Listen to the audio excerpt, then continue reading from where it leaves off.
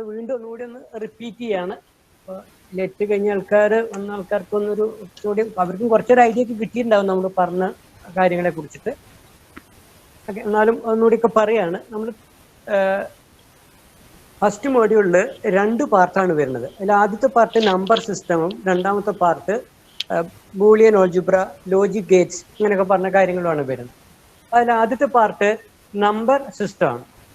അപ്പോൾ നമ്പർ സിസ്റ്റത്തിലേക്ക് പോകുന്നതിന് മുന്നേ നമ്മൾ എന്താണ് ഡിജിറ്റൽ സിസ്റ്റം എന്ന് പറഞ്ഞാൽ എന്നുള്ള കാര്യം ജസ്റ്റ് ഒന്ന് നോക്കുകയാണ്. ഓക്കെ, അപ്പോൾ അതാണ് അതിൻ്റെ. നിങ്ങൾക്ക് പ്രസന്റേഷൻ കാണാനില്ലേ? ഒരു സ്ലൈഡ് കാണാനില്ലേ? ഹലോ, സ്ലൈഡ് കാണാനില്ലേ? ഹലോ. അപ്പൊ അതില് നിങ്ങൾക്ക് ഇപ്പൊ കാണുന്നത് കംപ്ലീറ്റ് സ്ക്രീന് കണ്ടോ, അതോ നമ്പർ സിസ്റ്റം പറഞ്ഞിട്ടുള്ള അത് മാത്രമേ കാണുള്ളൂ? എന്താ കാണുന്നത്? നമ്പർ സിസ്റ്റം പറഞ്ഞിട്ടുള്ള ഒരു സ്ക്രീനിലേ കാണുന്നത്? ഓക്കെ, അപ്പൊ അതിൽ കാണിച്ചിരിക്കുന്നത് ഞാൻ ജസ്റ്റ് അത് മുഴുവൻ വായിക്കുന്നതിലും വലിയ മീനിങ് ഒന്നുമില്ല. നിങ്ങൾ ജസ്റ്റ് ഒന്ന് വേണമെങ്കിൽ ഒന്ന് വായിച്ചു നോക്കുക, അത്രയേ ഉള്ളൂ. അപ്പൊ അതിൽ പറഞ്ഞിരിക്കുന്നത് നമ്മള് ഇന്നത്തെ വേൾഡില് ഈ ഡിജിറ്റൽ സിസ്റ്റം ആണ് ഏറ്റവും ഇമ്പോർട്ടൻ്റ് ആയിട്ടുള്ളത്, അല്ലെങ്കിൽ ഏറ്റവും കൂടുതൽ ഉപയോഗിച്ച് വരുന്നത്. ഇപ്പൊ നമ്മുടെ ഡയറക്റ്റ് അങ്ങോട്ട് പോവുകയാണ്. നമുക്ക് 2 തരത്തിലുള്ള ഇലക്ട്രോണിക്സിൽ 2 തരത്തിലുള്ള സിസ്റ്റംസ് ആണുള്ളത്. ഒന്ന് ഡിജിറ്റൽ സിസ്റ്റം, വേറൊന്ന് അനലോഗ് സിസ്റ്റം. അപ്പൊ നിങ്ങൾ സാധാരണ ആംപ്ലിഫയർ എന്നൊക്കെ പറഞ്ഞ സാധനങ്ങളൊക്കെ പഠിച്ചിട്ടുണ്ടാവും. കഴിഞ്ഞ വർഷം ആംപ്ലിഫയർ അങ്ങനെയുള്ള കാര്യങ്ങൾ ജസ്റ്റ് ചെറിയൊരു ഐഡിയ ഒക്കെ കിട്ടിയിട്ടുണ്ടാവും, അല്ലെങ്കിൽ ഈ സെമസ്റ്ററിലൊക്കെ. അപ്പൊ ഈ ആംപ്ലിഫയർ ഒക്കെ സാധാരണ ഉള്ള ആംപ്ലിഫയറുകളൊക്കെ അനലോഗ് സിസ്റ്റമാണ്. അതായത് നമ്മളൊരു ഇപ്പോൾ സംസാരിക്കുകയാണെങ്കിൽ നമ്മൾ സംസാരിക്കുന്നത് ഒരു കണ്ടിന്യൂസ് വേവ് ആയിട്ടാണ് നമുക്ക് കാണും. കണ്ടിന്യൂസ് ആയിട്ടുള്ള വേവ് ആയിട്ട് നമുക്ക് ഉണ്ടാവുക. നിങ്ങൾ അതിന് CROയിലൊക്കെ നോക്കിക്കഴിഞ്ഞാൽ കാണാം. ഓക്കെ, അതാണ് ഫിസിക്കൽ ആയിട്ടുള്ള വേൾഡിൽ ഉണ്ടാവുക. അല്ലെങ്കിൽ ഒരു പാട്ട് കേൾക്കുകയാണെന്ന് വെച്ചാൽ, അല്ലെങ്കിൽ ഒരു കാഴ്ച, അല്ലെങ്കിൽ TV-യിലോ അല്ലെങ്കിലുള്ള കാഴ്ചകൾ, അതൊക്കെ അനലോഗ് ആയിട്ടുള്ളതാണ്. അത് കണ്ടിന്യൂസ് ആയിട്ട് വേരി ചെയ്യുന്നതാണ്.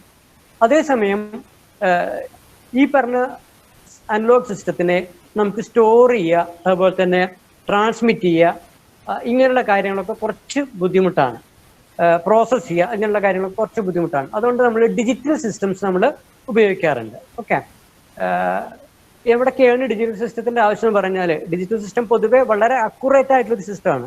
ഇപ്പൊ അനലോഗ് എന്ന് പറഞ്ഞാൽ നമ്മൾ പറയും 1നും 2നും ഇടയ്ക്കെന്ന് ചിലപ്പോൾ പറയാം, അല്ലെ? 1.5, 1.6, 1.7 എന്നൊക്കെ പറയാം. പക്ഷെ ഡിജിറ്റൽ അങ്ങനെയില്ല. ഒന്ന് ഒരു ലെവല് അല്ലെങ്കിൽ വേറൊരു ലെവല്, അങ്ങനെയുള്ളൂ. 2 ലെവലുകൾ മാത്രമേ നമ്മൾ സാധാരണ ഡിജിറ്റൽ സിസ്റ്റംസിലൊക്കെ നമ്മൾ ഉപയോഗിക്കുന്നുള്ളൂ. അതിലധികം ലെവലുകളുള്ളതുണ്ട്. നിങ്ങൾ ഫസി ലോജിക് എന്നൊക്കെ പറഞ്ഞ ചില ലോജിക്കുകളൊക്കെ നിങ്ങൾ ചിലപ്പോൾ കേട്ടിട്ടുണ്ടാവും. അങ്ങനെ ഉണ്ട്. പക്ഷെ നമ്മളിവിടെ കൺസിഡർ ചെയ്യണത് 2 ലെവല് മാത്രമുള്ള സിസ്റ്റങ്ങളെ കുറിച്ചാണ്. ആ 2 ലെവലിൽ നമ്മൾ സാധാരണ 0-നോ 1-നോ അല്ലെങ്കിൽ ഹൈനോ ലോ എന്നൊക്കെ പറയും. ഓക്കെ, അല്ലെങ്കിൽ അതിനെ നമ്മൾ ബൈനറി എന്നും പറയും. 2 ലെവല് മാത്രമേ ഉള്ളൂ. എന്താണ് ബൈനറി എന്നും പറയും. ഓക്കെ, ഇത് എവിടൊക്കെയാണ് ഈ ഡിജിറ്റൽ സിസ്റ്റം ഉപയോഗിക്കുന്നത്? നമ്മൾ ഇന്ന് മിക്കവാറും കാണുന്ന എല്ലാ ആപ്ലിക്കേഷനിലും ഡിജിറ്റൽ സിസ്റ്റംസ് ഉപയോഗിക്കുന്നുണ്ട്.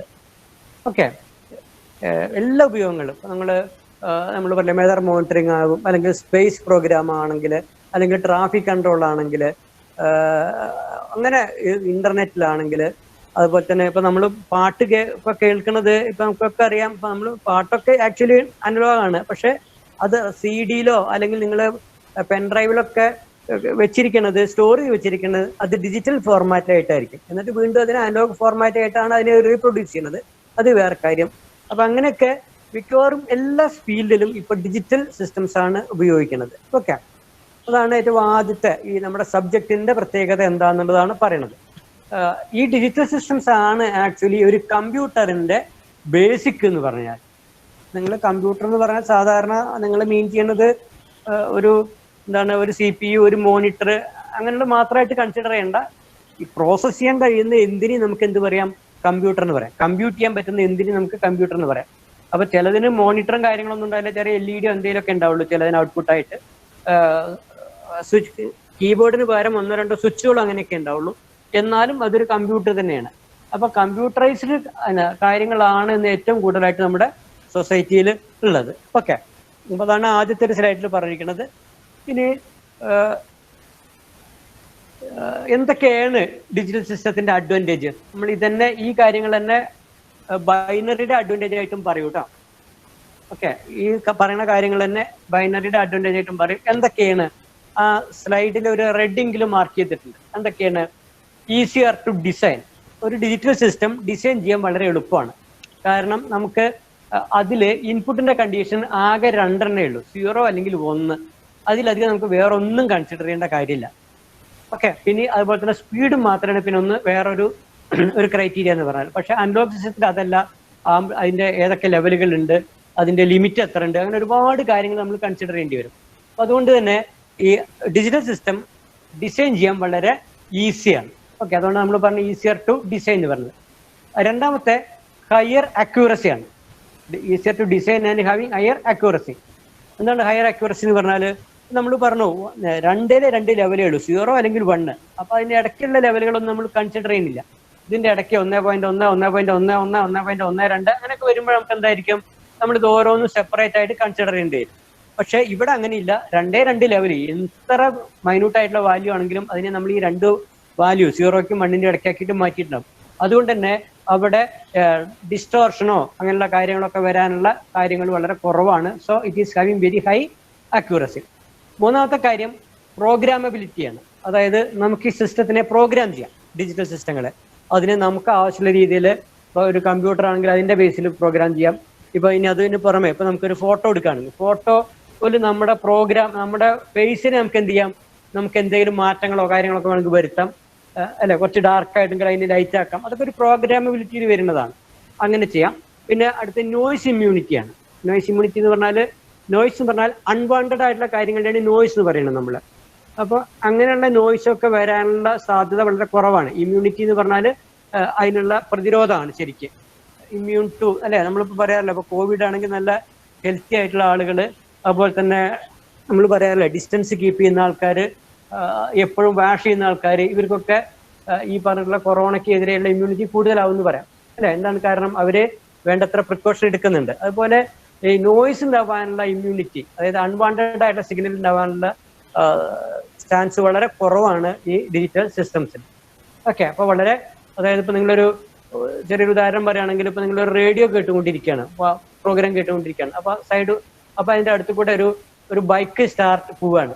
അപ്പൊ ബൈക്കിന്റെ പടപട ശബ്ദം ആവില്ല നമ്മൾ കേൾക്കുന്നുണ്ടാവുക റേഡിയോ കൂടെ. പലപ്പോഴും അതിന്റെ ആ ഇഗ്നീഷൻ വരുമ്പോഴുള്ള ഒരു കറന്ന് പറഞ്ഞ സൗണ്ട് നമുക്ക് എവിടെ കേൾക്കാം? നമ്മുടെ ഈ റേഡിയോയിൽ കേൾക്കാം, നോർമൽ റേഡിയോയിൽ കേട്ടോ. പക്ഷെ അങ്ങനെയുള്ള നോയ്സുകൾ, അതിനൊക്കെ നമ്മൾ നോയ്സ് എന്നാണ് പറയുക. അങ്ങനെയുള്ള ഒരു കറ എന്നുള്ള ശബ്ദം, ഇടിമിന്നലൊക്കെ ഉണ്ടാകുമ്പോഴുള്ള ശബ്ദം, അതൊക്കെ റേഡിയോ കൂടെ കേൾക്കുന്നത് കേട്ടോ. അപ്പൊ അങ്ങനെയുള്ള സൗണ്ടുകളൊന്നും ഏതിലുണ്ടാവില്ല, ഡിജിറ്റൽ സിസ്റ്റംസ് ആണെങ്കിൽ ഉണ്ടാവില്ല. അപ്പൊ അതിന് കാരണം നോയ്സിനെ തടഞ്ഞു നിർത്താനുള്ള ഒരു കഴിവാണ്. അതായത് ഒരു പരിധിയിലധികം ആംപ്ലിറ്റ്യൂഡിനെ മുഴുവൻ ഇത് കട്ട് ചെയ്ത് കളയും. അപ്പൊ അതുകൊണ്ട് നോയ്സ് ഉണ്ടാകാനുള്ള ചാൻസുകൾ വളരെ കുറവാണ്. Then easier to storage. അതായത് നമുക്ക് എന്ത് ചെയ്യാൻ പറ്റും, നമുക്ക് നമ്മുടെ ഈ ഡാറ്റകളൊക്കെ വളരെ സിമ്പിളായിട്ട് സ്റ്റോർ ചെയ്യാൻ പറ്റും. ഇപ്പൊ നമുക്ക് നോക്കിയാൽ അറിയാം, ഇപ്പൊ നമ്മുടെ കയ്യിലുള്ള CD, എന്താണ് സാധാരണ CD-കളിലൊക്കെ, പ്രത്യേകിച്ചും DVD ഒക്കെ ആണെങ്കിൽ, ഇപ്പൊ ഡബിൾ സൈഡ് DVD ബ്ലൂറേ ഒക്കെ ആയിക്കുന്നു കേട്ടോ. വെറും DVD ഇതൊന്നല്ല, അതന്നെ ഏതാണ്ട് പോയി തുടങ്ങിയിരിക്കണം മാർക്കറ്റിൽ നിന്ന്. അതിലൊക്കെ നമുക്കറിയാം 4.7 GB ഒക്കെയാണ് അതിൽ റെക്കോർഡ് ചെയ്യുന്നത്. അപ്പൊ എത്ര സമയം പാട്ടുകൾ അല്ലെങ്കിൽ എത്ര സിനിമകൾ, ഇതൊക്കെ നമുക്ക് ഒരൊറ്റ ചെറിയൊരു CD-യിൽ തന്നെ നമുക്ക് വെക്കാം. അതേസമയം നിങ്ങൾ പഴയ ടൈപ്പ് സ്റ്റോറേജ് ഡിവൈസുകൾ ഉണ്ട്. നിങ്ങൾ പഴയ കാസറ്റ്, അതുപോലെ തന്നെ പഴയ ഡിസ്കുകൾ, അതൊക്കെ നോക്കിക്കഴിഞ്ഞാൽ അറിയാം അതിലൊക്കെ വളരെ കുറച്ച് മാത്രമേ സ്റ്റോർ ചെയ്യാൻ പറ്റുള്ളൂ. അത് മാത്രമല്ല, അത് സ്റ്റോർ ചെയ്യാൻ വളരെ ബുദ്ധിമുട്ടാണ്. പിന്നെ ഇന്ന് ഈ നേരത്തെ പറഞ്ഞ നോയ്സ് ഒക്കെ ഉണ്ടാകാനുള്ള ചാൻസ് വളരെ കൂടുതലാണ്. ഇവിടെ അതൊന്നുമില്ല. ഇവിടെ നമുക്ക് ഒന്നും വരുന്നില്ല. നമുക്ക് വളരെ സിമ്പിളാണ്. 1.0 എന്നുള്ള നിലയിൽ മാത്രമേ അവിടെ സ്റ്റോർ ചെയ്യുന്നുള്ളൂ. അപ്പൊ നമുക്ക് വളരെ സിമ്പിളായിട്ട് എന്ത് ചെയ്യാം, നമുക്കിവിടെ ഇതിനെ സ്റ്റോർ ചെയ്യാൻ വേണ്ടി പറ്റും. പിന്നെ ഏതൊക്കെയാണ് സ്റ്റോറേജ് ഡിവൈസ്? നമുക്ക് CD ഉണ്ടാവാം, പെൻഡ്രൈവ് ആവാം, ഹാർഡ് ഡിസ്ക് ആവാം. അങ്ങനെയുള്ള പല ഡിവൈസുകളാണ് നമുക്ക് സ്റ്റോറേജിന് വേണ്ടിയിട്ട് നമ്മൾ ഉപയോഗിക്കുന്നത്. പിന്നെ അടുത്തൊരു അഡ്വാൻറ്റേജ് പറഞ്ഞാൽ is of fabrication in integrated circuit. അതായത് ഡിജിറ്റൽ സിസ്റ്റംസിനെ ഇൻ്റഗ്രേറ്റഡ് സർക്യൂട്ട് ആക്കാൻ വേണ്ടിയിട്ട്, അല്ലെങ്കിൽ ഒരു IC ആക്കിയിട്ട് മാറ്റാൻ വേണ്ടി വളരെ എളുപ്പമാണ്, വളരെ സിമ്പിളാണ് വെൻ കമ്പയർഡ് ടു അനലോഗ് സിസ്റ്റങ്ങൾ. ഓക്കെ, അപ്പൊ അതുകൊണ്ട് നമുക്ക് IC ഫാബ്രിക്കേറ്റ് ചെയ്യാൻ വേണ്ടിയിട്ടും ഡിജിറ്റൽ സിസ്റ്റംസ് വളരെ എളുപ്പമാണ്. ഇതൊക്കെ അനലോഗ് സിസ്റ്റംസിനെ കമ്പയർ ചെയ്യുമ്പോഴുള്ള അഡ്വാൻറ്റേജസ് ആണ്. ഏതിന്? ഡിജിറ്റൽ സിസ്റ്റത്തിനുള്ള അഡ്വാൻറ്റേജസ് ആണ്. ഓക്കെ, പിന്നീട് നമ്മൾ നേരത്തെ പറഞ്ഞാണ് നമ്മുടെ ഫിസിക്കൽ ക്വാണ്ടിറ്റീസ് ഒക്കെ നമ്മൾ ഡെയിലി കാണുന്ന എല്ലാ ഫിസിക്കൽ ക്വാണ്ടിറ്റീസും അനലോഗാണ്. അത് ടെമ്പറേച്ചർ ആയാലും ശരി, പ്രഷർ ആയാലും ശരി, അങ്ങനെ എന്തായാലും ശരി, അതൊക്കെ എന്തായിരിക്കും അനലോഗസ് ആണ്. പക്ഷെ നമുക്കതിനെ സ്റ്റോർ ചെയ്യാനും കാര്യങ്ങളൊക്കെ വേണ്ടി നമ്മൾ എന്ത് ചെയ്യും, അതിനെ ഡിജിറ്റൽ ഫോർമാറ്റിലേക്ക് മാറ്റും. അതിനുള്ള ചില സർക്യൂട്ടുകളൊക്കെ നമ്മുടെ കയ്യിലുണ്ട്. ചില ഡിവൈസുകളൊക്കെ digital to analog converter, analog to digital converter എന്നൊക്കെ പറഞ്ഞിട്ടുള്ള ചില കൺവെർട്ടർ സർക്യൂട്ടുകളൊക്കെ നമ്മുടെ കയ്യിലുണ്ട്. അത് നമ്മൾ പറഞ്ഞു, നമ്മൾ അവസാനത്തെ മോഡ്യൂളിൽ നമ്മൾ പഠിച്ചു കഴിഞ്ഞു അതെ അല്ലേ. അപ്പൊ അങ്ങനത്തെ അതൊക്കെ ഉപയോഗിച്ചിട്ട് നമുക്ക് എന്ത് ചെയ്യാം, അതിനൊക്കെ നമുക്ക് കൺവേർട്ട് ചെയ്യാൻ വേണ്ടിയിട്ട് പറ്റും. ഓക്കെ, അപ്പോൾ നമുക്ക് ഡിജിറ്റൽ സിസ്റ്റം ആയിട്ട് സ്റ്റോർ ചെയ്യാം, അങ്ങനെയുള്ള കാര്യം പ്രോസസ്സ് ചെയ്യാം, അങ്ങനെയുള്ള കാര്യങ്ങളൊക്കെ നമുക്ക് അവിടെ ചെയ്യാം. എന്നിട്ട് നമ്മൾ റീപ്രൊഡ്യൂസ് ചെയ്യുമ്പോൾ വീണ്ടും എന്താക്കിയിട്ട് തന്നെ മാറ്റണം, അത് അനലോഗ് ആക്കിയിട്ട് തന്നെ മാറ്റണം, അല്ലാതെ നമുക്ക് ആവശ്യം വരില്ല. ഓക്കെ, ഇതാണ് ഒരു ഇപ്പൊ ഇവിടെ കാണിച്ചിരിക്കുന്ന ഒരു ഗ്രാഫ് അല്ലെ, ഒരു ഗ്രാഫ് കാണാനല്ലേ, അതൊരു അനലോഗ് സിഗ്നലിന്റെ ഗ്രാഫാണ്. അതിൽ നോക്കിയാൽ അറിയാം, ആ ബ്ലൂ കളറിൽ വരച്ചിരിക്കുന്ന ഒരു വേവ് ഫോം ആണ്. അത് കണ്ടിന്യൂസ് ആണ് അല്ലെ. അപ്പൊ നിങ്ങൾ 1 ഉം 2 ഉം ഇടയ്ക്ക് നോക്കിക്കഴിഞ്ഞാൽ നിങ്ങൾ ആദ്യത്തെ ഹൊറിസോണ്ടൽ ആക്സിൽ അല്ലെങ്കിൽ എക്സ് ആക്സിൽ ഒന്ന് നോക്കി നോക്കൂ. അതിൽ 1 ഉം 2, 1, 2 എഴുതിയുള്ള സ്ഥലത്തിനിടയ്ക്ക് അത് കണ്ടിന്യൂസ് ആയിട്ട് ഇങ്ങനെ മാറിക്കൊണ്ടേ ഇരിക്കുകയാണ് അല്ലെ. കണ്ടിന്യൂസ് ആയിട്ട് ചേഞ്ച് അവിടെ വന്നുകൊണ്ടിരിക്കുകയാണ്. അതാണ് ഒരു അനലോഗ് സിഗ്നൽ എന്ന് പറയുന്നത്. ഇനി അടുത്തത് നമ്മൾ ഡിസ്ക്രീറ്റ് സിഗ്നൽ എന്ന് പറയും. ഡിജിറ്റൽ എന്ന് പറയാൻ പറ്റില്ല ഇതിന്, ഡിസ്ക്രീറ്റും ഡിജിറ്റലും ഒക്കെ ഒന്ന് തന്നെയാണ്. ഇതൊരു ബൈനറി എന്ന് പറയാൻ പറ്റില്ല, ഇതൊരു ഡിസ്ക്രീറ്റ് സിഗ്നലാണ്. നമുക്ക് നോക്കിയാൽ അറിയാം, 1 കഴിഞ്ഞാൽ നമ്മൾ 1 എന്ന് പറഞ്ഞ സ്ഥലത്ത് നേരത്തെ കണ്ട അതേ സിഗ്നലിനെ 1 എന്ന് പറഞ്ഞ സമയത്ത് ഒരു ആംപ്ലിറ്റ്യൂഡ് എടുത്തിട്ടുണ്ട്. അത് കഴിഞ്ഞിട്ട് 2 ഇടയ്ക്ക് വേറെ ഒന്നും എടുത്തിട്ടുണ്ട്. പക്ഷെ 1 നും 2 ഇടയ്ക്ക് എന്തില്ല, നമ്മളൊരു സിഗ്നലും അവിടെ എടുത്തിട്ടില്ല. ഓക്കെ, എന്നിട്ട് നമ്മൾ എന്ത് ചെയ്യുന്നു പറഞ്ഞാൽ ഈ 1 എന്നുള്ളതിന് കറസ്പോണ്ടിങ് ആയിട്ട് ഒരു കോഡ് ജനറേറ്റ് ചെയ്യും, 2 എന്നുള്ള സ്ഥലത്തിന് എഴുതിയിട്ടുള്ള സമയത്തുള്ള ഒരു കോഡ് ജനറേറ്റ് ചെയ്യും, 3 എന്നുള്ള സമയത്ത് ഉള്ള ഒരു കോഡ് ജനറേറ്റ് ചെയ്യും. അങ്ങനെ ഒരുപാട് കോഡുകൾ ജനറേറ്റ് ചെയ്തിട്ട് അതിനെല്ലാം കൂടി കൂട്ടിച്ചേർത്താണ് നമ്മൾ എന്ത് ചെയ്യുന്നത്, നമ്മളൊരു ഡിജിറ്റൽ ഫോർമാറ്റിലേക്ക് ഇതിനൊക്കെ സ്റ്റോർ ചെയ്യണം. അപ്പൊ ഇതിനെ നമ്മൾ അനലോഗ് സാമ്പിളിംഗ് എന്നാണ് പറയുക. ആക്ച്വലി ഇപ്പൊ ഈ കാണിച്ചിരിക്കുന്നതിനെ അനലോഗിനെ ഡിസ്ക്രീറ്റ് ഇന്റർവെല്ലുകളിൽ സാമ്പിൾ ചെയ്തെടുത്തിരിക്കുന്നതാണ് ആക്ച്വലി ഇത്, അതാണ് പറയുന്നത്. ഇനി ഇതിനെ നമ്മൾ എന്ത് ചെയ്യും, ഡിജിറ്റൈസ് ചെയ്യും. ഇതിലെ ഓരോ ലെവലിലും ഓരോ കോഡ്, ഓരോ ബൈനറി ലെവൽ, ഓരോ നമ്പറൊക്കെ കൊടുത്ത് നമ്മൾ അതിനെ സാമ്പിൾ ചെയ്തിട്ടെടുക്കും. അതിന് ചില പ്രോസസ് ഒക്കെ ഉണ്ട്. നിങ്ങൾ ചിലപ്പോൾ നിങ്ങൾ കമ്മ്യൂണിക്കേഷനിൽ ചിലപ്പോൾ പഠിക്കും. ഓക്കെ, അപ്പൊ ചെറുതായിട്ടൊരു ഐഡിയ കിട്ടിയിട്ടുണ്ടാവുമെന്ന് കരുതുന്നു. ഇതിനെ നമ്മൾ ഡിസ്ക്രീറ്റ് ലെവൽസ് എന്നാണ് ഇതിനെ പറയാം. അതായത് കൃത്യമായിട്ടുള്ള ഇന്റർവെല്ലുകളിലുള്ള ഓരോ സിഗ്നലുകളാണ് നമുക്കിവിടെ ഉള്ളത്. ഓക്കെ, അപ്പൊ ഇവിടെ കണ്ടിന്യൂസ് അല്ല, ഇവിടെ എന്താണ്, ഡിസ്ക്രീറ്റ് ആണ്. നേരത്തെ 1 നും 2 നും ഇടയ്ക്ക് ഒരു വേവ് ഫോം ഉണ്ടായിരുന്നു. പക്ഷെ ഇവിടെ 1 നും 2 നും ഇടയ്ക്ക് ഒരു വേവ് ഫോം ഇല്ല. 1 എന്നുള്ളതിന് പകരം ആ സമയത്തുള്ള ഒരു ആംപ്ലിറ്റ്യൂഡ് നമ്മൾ എടുത്തിട്ടുണ്ട്, 2 എന്നുള്ള സമയത്തുള്ള ഒരു ആംപ്ലിറ്റ്യൂഡ് നമ്മൾ അവിടെ എടുത്തിട്ടുണ്ട്. ഓക്കെ, ഇതാണ് ഡിജിറ്റലും അനലോഗും തമ്മിലുള്ള ഒരു കമ്പാരിസൺ പറഞ്ഞത്. പിന്നെ നമ്മൾ അഡ്വാൻറ്റേജ് ഡിജിറ്റൽ നമ്മൾ നേരത്തെ പറഞ്ഞത് തന്നെയാണുള്ളത്.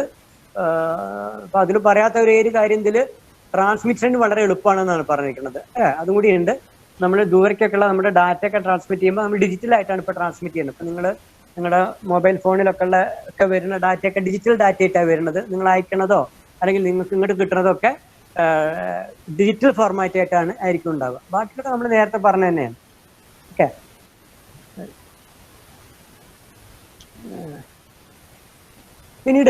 പിന്നെ പറയാനുള്ളത് ഡിജിറ്റൽ എന്ന് പറഞ്ഞു കഴിഞ്ഞാൽ 2 സ്റ്റേറ്റുകളേ ഉള്ളൂ. അത് നമ്മൾ പല പേരുകൾ പറയും. ഒന്നുകിൽ ഹൈ ലോ എന്ന് പറയും, അല്ലെങ്കിൽ 0, 1 എന്ന് പറയും, അല്ലെങ്കിൽ ട്രൂ ഫാൾസ് എന്ന് പറയും. അങ്ങനെ പല പേരുകൾ പറയും. എന്തായാലും ആ 2 ലെവലുകൾ മാത്രമേ ഉള്ളൂ ഈ ഡിജിറ്റൽ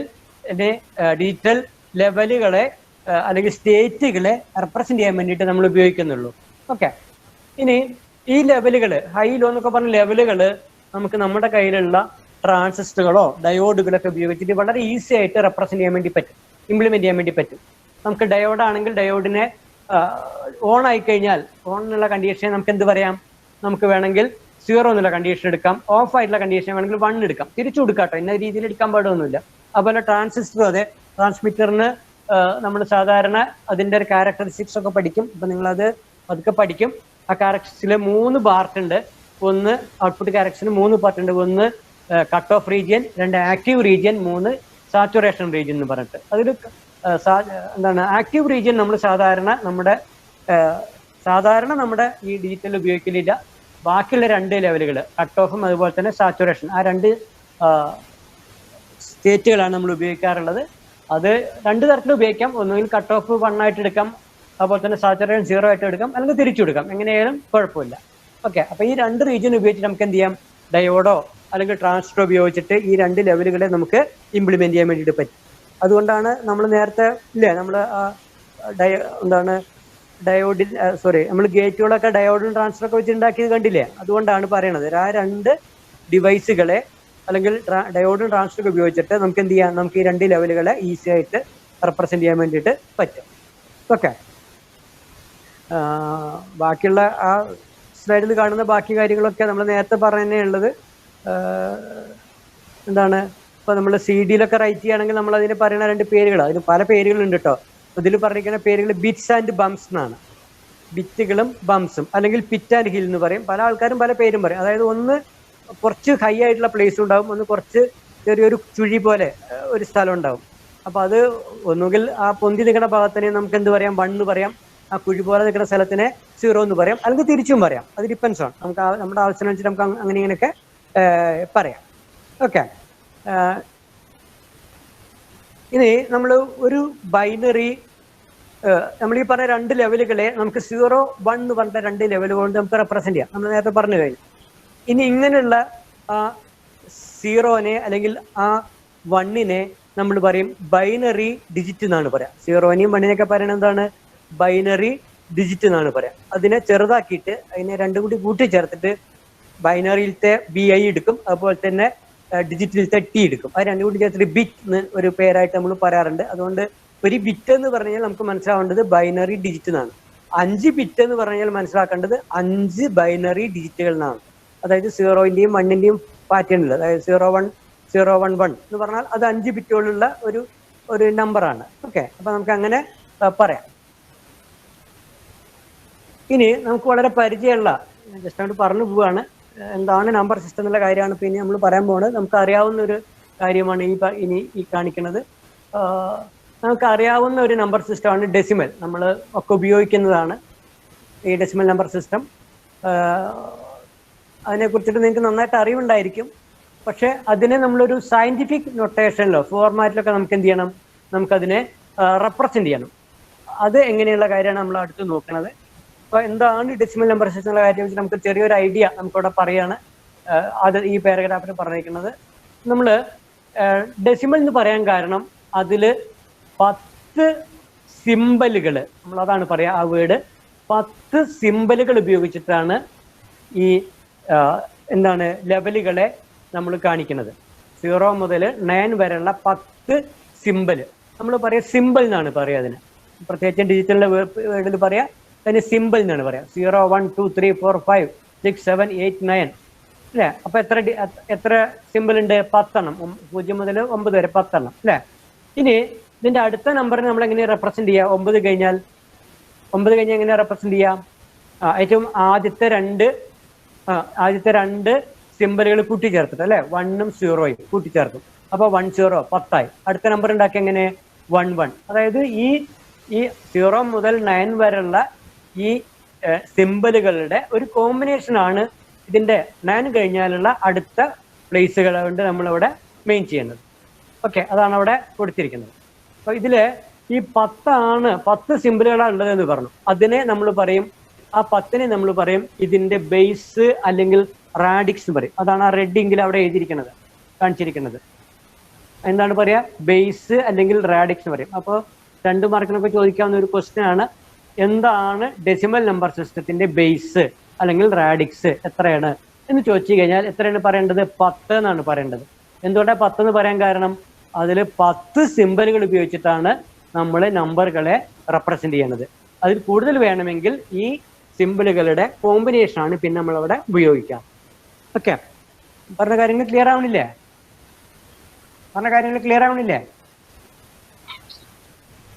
ഹലോ കേൾക്കാൻ ശബ്ദം കുറവാണ്, ഒരു ഉറക്കെ പറയൂ. ക്ലിയർ ആവണില്ലേ? കൃഷ്ണ ക്ലിയർ ആവണില്ലേ? മനസ്സിലാവാത്തണെങ്കിൽ പറയാൻ കേട്ടോ. ശരി, ഓക്കെ. അപ്പോൾ ഇതിന് ബേസ് അല്ലെങ്കിൽ റാഡിക്സ് എന്ന് പറയാം. ഇതിപ്പോൾ ഏത് നമ്പർ സിസ്റ്റത്തിൻ്റെയും ബേസ് ചോദിച്ചു കഴിഞ്ഞാൽ നമ്മൾ അങ്ങനെയാണ് പറയേണ്ടത്. എല്ലാത്തിൻ്റെയും ബേസ് 10 അല്ല കേട്ടോ, എല്ലാത്തിൻ്റെയും ബേസ് 10 അല്ല.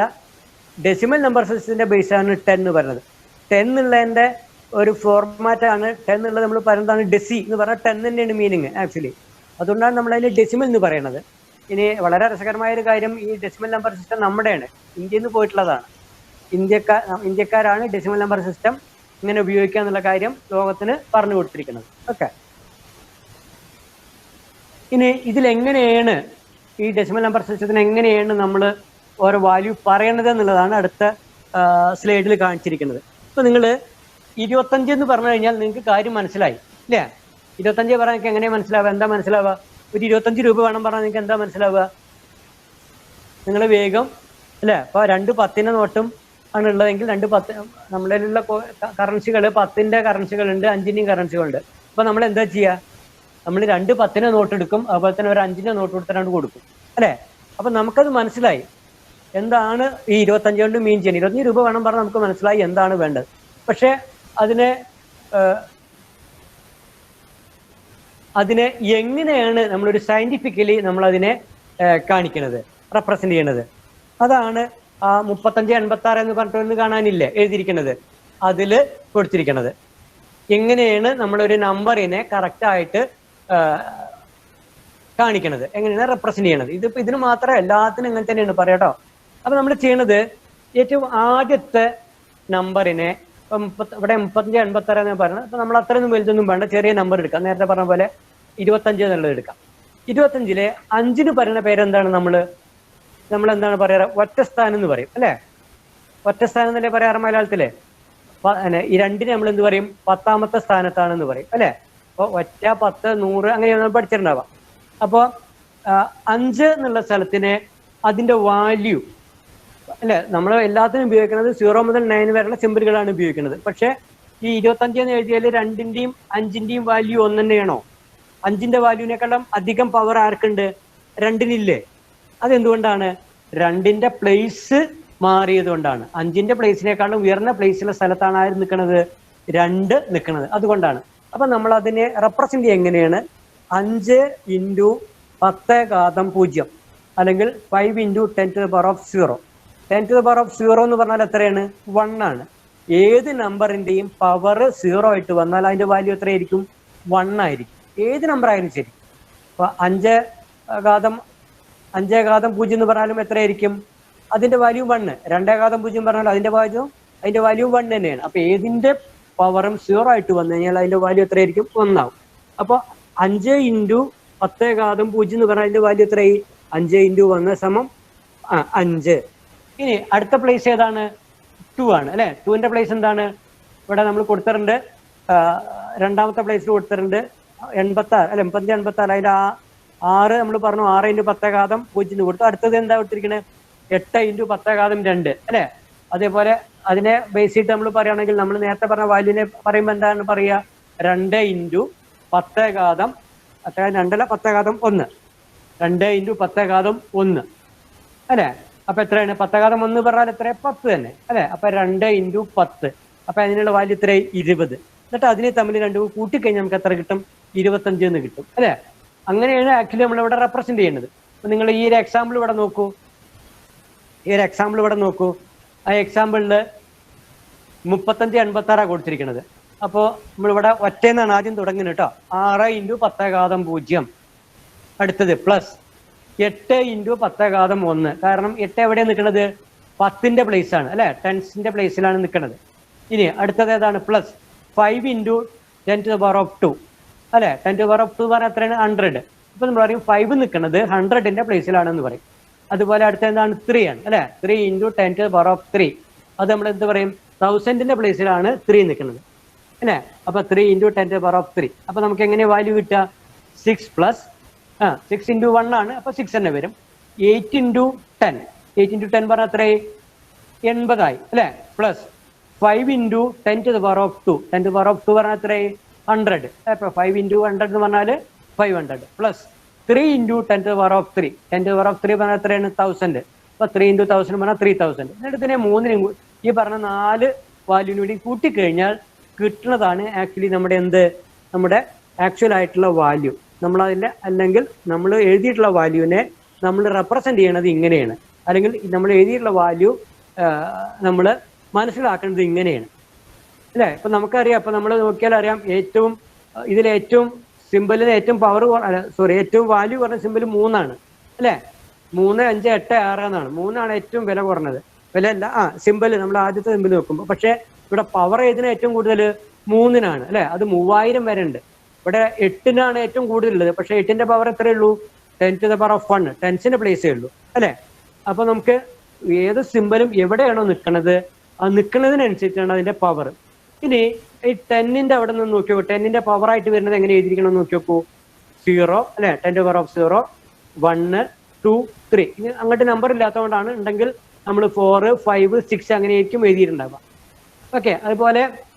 അതേപോലെ നമുക്കൊരു പോയിന്റ് വെച്ചിട്ട്, ഡെസിമൽ പോയിന്റ് വെച്ചിട്ട് പറയുമ്പോൾ നമ്മൾ ഇതുപോലെ തന്നെയാണ്. പക്ഷെ അവിടെ ഡെസിമൽ പോയിന്റ് നമ്മൾ റെപ്രസെന്റ് ചെയ്യുക 10⁻⁻1 മുതലാണ്.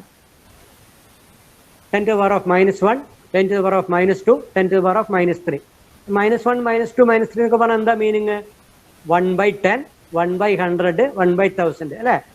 10⁻⁻1 പറഞ്ഞാൽ എന്താ മീനിങ്? 1/10. 10⁻⁻2 എന്ന് പറഞ്ഞാലോ 1/100 അല്ലെ. അതുപോലെ തന്നെ 10⁻⁻3 എന്ന് പറഞ്ഞാലോ 1/1000. അതൊക്കെയാണ് മീനിങ്. അപ്പൊ നമ്മൾ ആ സ്ഥലത്ത് ഇവിടെ 2, 6, 5 എന്നാണ് പറഞ്ഞിരിക്കുന്നത്. ഇപ്പൊ 2 -1ന്റെ പ്ലേസിലുള്ളത് അല്ലെ. അപ്പൊ 2/10. 2/10 പറഞ്ഞാൽ എത്രയാണ്? 0.2. അടുത്തത് എന്താണ്? 6 അല്ലെ. 6 × 10⁻−2 അല്ലെ. അപ്പൊ എത്ര വരിക? 6/100. 6/100 പറഞ്ഞാൽ എത്രയാണ്?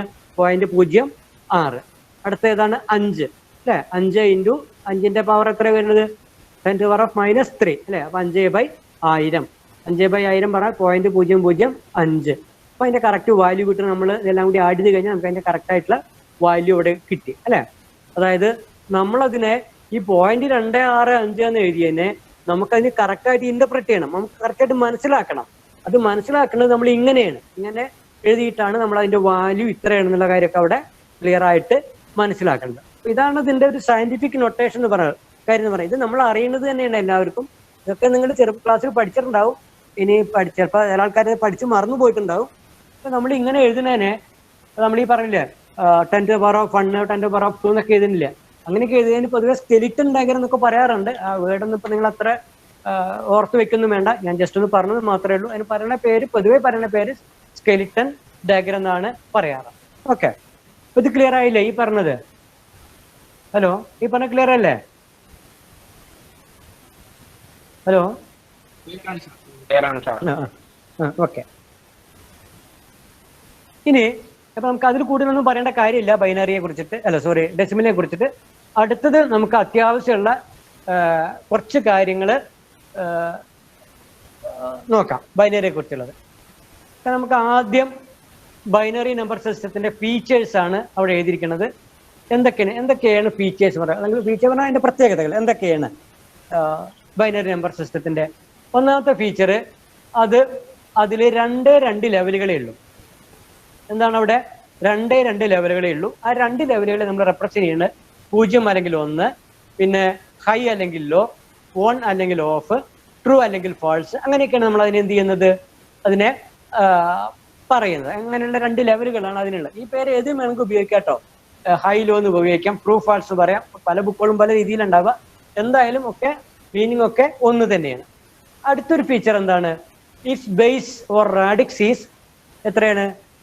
ബേസ് അല്ലെങ്കിൽ റാഡിക്സ് പറഞ്ഞാൽ എത്രയാണ്? 2 ആണ്. എന്തുകൊണ്ടാണ് 2 എന്ന് പറഞ്ഞാൽ അവിടെ നമ്മൾ 0, 1 എന്ന് പറഞ്ഞിട്ടുള്ള 2 സിമ്പലുകളാണ് ഉപയോഗിക്കുന്നത്. അതുകൊണ്ട് അതിന്റെ ബേസ് എത്രയാണ്? 2 ആണ്. ഓക്കെ. അപ്പൊ ബൈനറിയുടെ ബേസ് എത്രയെന്നാ പറയേണ്ടത്? അതൊക്കെ നമ്മൾ ഏത് ഉറക്കത്തിൽ ചോദിച്ചാലും പറയാൻ കേട്ടോ. ബൈനറിയുടെ ബേസ് എത്രയാണ്? 2 ആണ്. ഇത് പലപ്പോഴും 2 മാർക്കിന്റെ ക്വസ്റ്റൻ ആയിട്ടും ചോദിക്കും. 2 മാർക്കിന്റെ ക്വസ്റ്റൻ ആയിട്ടും ചോദിക്കും ബൈനറി നമ്പർ സിസ്റ്റത്തിന്റെ ബേസ് എത്രയെന്നുള്ള കാര്യം. നമ്മൾ വാല്യുവേഷൻ ഒക്കെ പോകുമ്പോൾ നമുക്കറിയാം, ചില ആൾക്കാർ 10 എന്ന് എഴുതിയിട്ടുണ്ടാവും, ചില ആൾക്കാർ 15 എന്ന് എഴുതിയിട്ടുണ്ടാവും, ചില ആൾക്കാർ 20 എന്ന് എഴുതിയിട്ടുണ്ടാവും. എന്തൊക്കെ രസകരമായിട്ടുള്ള ആൻസർ ഉണ്ടാവുക അറിയോ? പക്ഷെ എന്താ നമ്മൾ എഴുതേണ്ട? ആക്ച്വലി 2 എന്ന് എഴുതാൻ പാടുള്ളൂ. എന്താ കാരണം? അതിൽ 2 സിമ്പിളുകളെയാണ് ഉപയോഗിക്കുന്നുള്ളൂ. അതുകൊണ്ട് അതിന്റെ റാഡിക്സ് 2 ആണ്.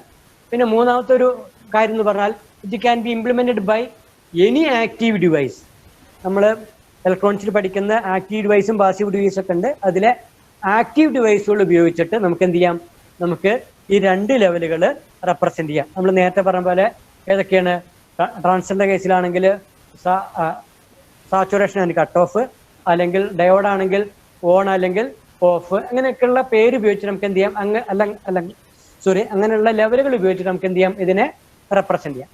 ഇനി എന്തൊക്കെയാണ് ഇതിന്റെ അഡ്വാൻറ്റേജുകൾ?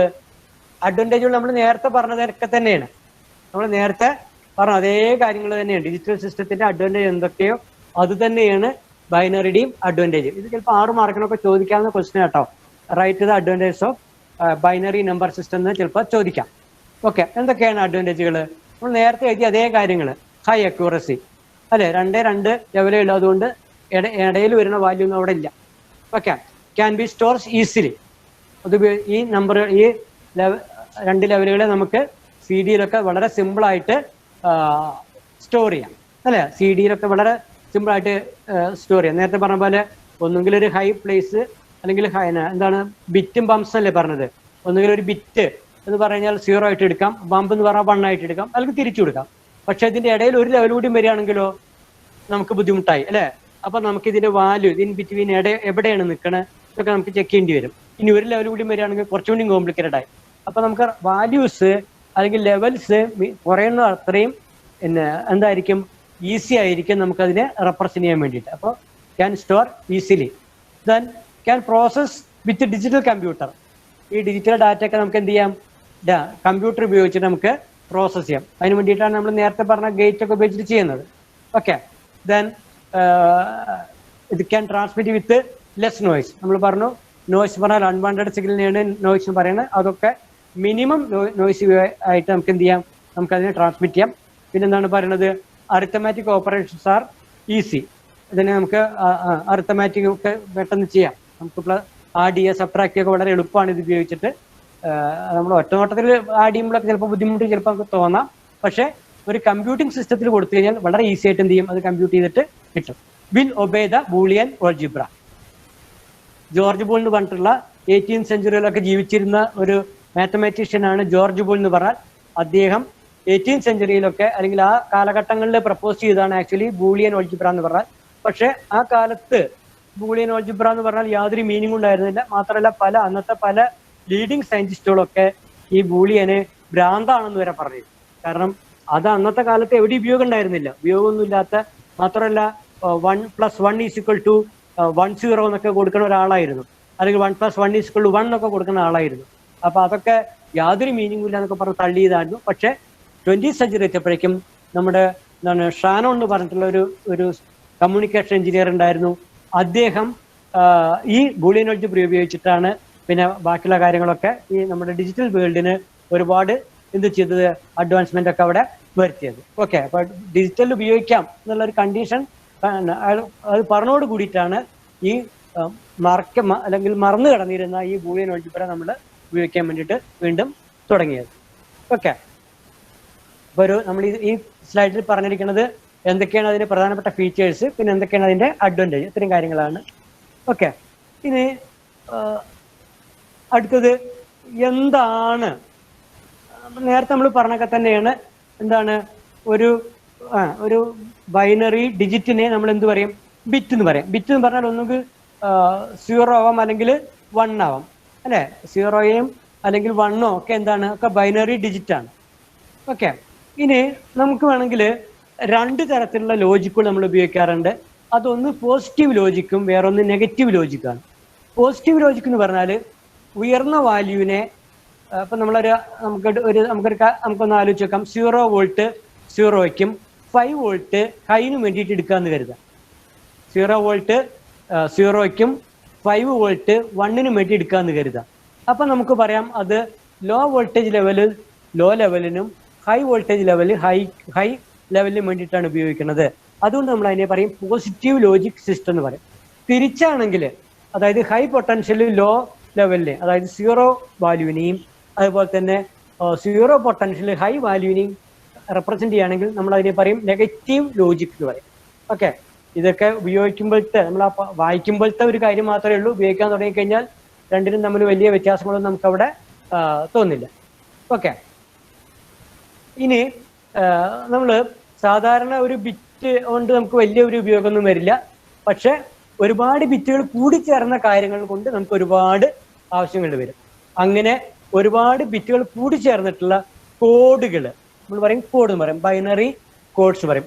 ആ കോഡുകൾ ഉപയോഗിച്ചിട്ട് നമുക്ക് ഒരുപാട് കാര്യങ്ങളെ റെപ്രസെന്റ് ചെയ്യാം. അപ്പൊ നമ്മുടെ കീബോർഡിലത്തെ കീകൾ, നിങ്ങളുടെ മൊബൈൽ ഫോണിലത്തെ കീ, അതുപോലെ തന്നെ ഫിഗറുകള്, ലെറ്ററുകള്, ഇതൊക്കെ നമുക്ക് എന്ത് ചെയ്യാം, നമുക്ക് ഈ ബൈനറി ഡിജിറ്റുകൾ ഉപയോഗിച്ചിട്ട് അല്ലെങ്കിൽ ഗ്രൂപ്പ് ഓഫ് ബൈനറി ഡിജിറ്റ്സ് ഉപയോഗിച്ചിട്ട് നമുക്ക് റെപ്രസെന്റ് ചെയ്യാം.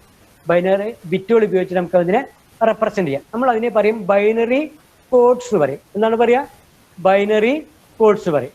ഓക്കെ, അങ്ങനെ ബൈനറി കോഡ്സ് ഉപയോഗിച്ചിട്ടാണ് നമ്മൾ എന്ത് ചെയ്യുന്നത്, നമ്മൾ ലെറ്ററുകളെ അല്ലെങ്കിൽ നമ്പറുകളെ ഒക്കെ റെപ്രസെന്റ് ചെയ്യുന്നത്. ഉദാഹരണത്തിന് പറയുകയാണെങ്കിൽ നിങ്ങൾ കീബോർഡിൽ, കമ്പ്യൂട്ടറിന്റെ കീബോർഡിൽ ഒരു കീ പ്രസ് ചെയ്യുകയാണെങ്കിൽ ആ കീക്ക്, ഓരോ കീക്കും ഇക്വലന്റ് ആയിട്ടുള്ള ഒരു ബൈനറി കോഡ് ഉണ്ടാവും.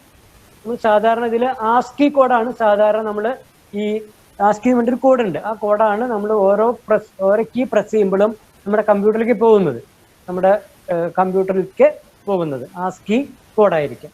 ഓക്കെ, അതിന് ഓരോ നമ്പറിനും ഓരോ ഡിജിറ്റിനും ഓരോ സിമ്പലിനും ഓരോ കോഡുണ്ട്. ആ കോഡായിരിക്കും പോകുന്നത്. അങ്ങനെ ആ കോഡ് പറഞ്ഞാൽ 7 ബിറ്റ് കോഡാണ് ഉണ്ടാവുക.